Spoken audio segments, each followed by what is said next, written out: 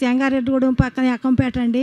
మా కోళ్ళకి ముందు పెళ్ళి 5 సంవత్సరం వెళ్ళి 2వ సంవత్సరం వచ్చాక అయ్యగారండి 2 సదరీలైనవి 3వది కూడా బాగోదు కండి. సులువుగా పానికి వచ్చలే ప్రార్థన చేయండి అంటే అమ్మాయి ఇంకా టైం ఉంది సులువుగా పానికి వస్తుంది అన్నారు. అయ్యగారు మగపిల్లడు పుడతాడు అన్నాడు. మగపిల్లడు పుట్టాడు.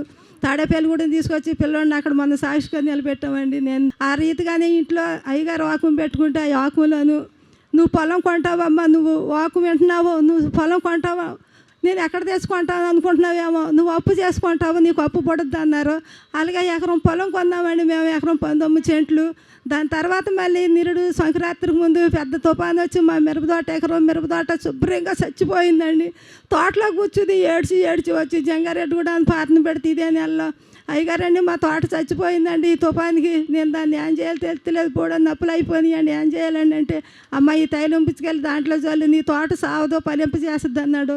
మా తోట చిగురింప చేసి మొక్క తోటలేక అయిపోయి మా కష్టానికి ఫలితంగాను దేవుడు ఎంతో మాకు మేలు చేశాడండి.